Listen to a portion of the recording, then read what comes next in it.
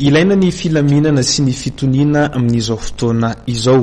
Fotoana fohy mialohan'ny fampahafantarana ny governemanta Ntsay Christian nilaza ny fikambanana Force Médiane Mixte dia ny fampitoviana lenta ny faritra 2020 amin'ny fananganana ny governemanta vaovao no vahaolana hahatongavana amin'izany. Ilaina amin'ny fampitoviana ny lenta amin'ny faritra 2020 eto Madagasikara amin'ny fanendrena ministra mba hisian'ny filaminana sy fitoniana hoy ny fikambanan'ny Force Médiane Mixte izay tarin'Andriamatoa Max Fabien Andrianirina.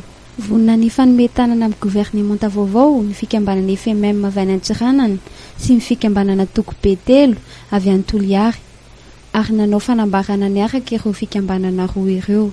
Ko satria maromaro tsiraisana no tadiady mba hampandehanana ny raharam-pirenena fa indrindra ny agnanaovana fifidianana ao agnatin'ny mangarahara fampitoviana sy fitoniana dia tokony ahitana tarika ny rehetra misy eto Madagasikara ao agnatin'io governemanta Andriamatoa sy premier ministra Ntsay Christian io.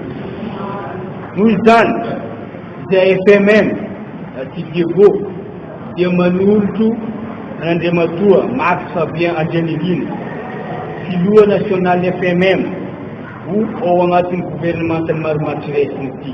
Fidran'ny PM Ntsay Christian zahay sy ny governemanta mba aleo alasana amidita hitan'ny tonony amin'ny famahana ny olona eto amin'ny firenena izao.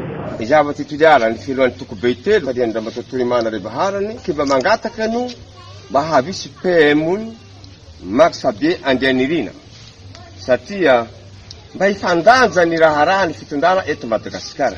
Tia pahamisy ny ata any avaratra misy kena tsimo mazay mahatonga anay mitaka ny Max Fabien Andrianirina mba hampitovilanja ny fitondrana eto Madagasikara. Araka izany nilaza fa vonina iary asa amin'ny governemanta vaovao ny fikambanana FMM avy any Antsiranana sy ny fikambanana Tokobe avy any Toliary.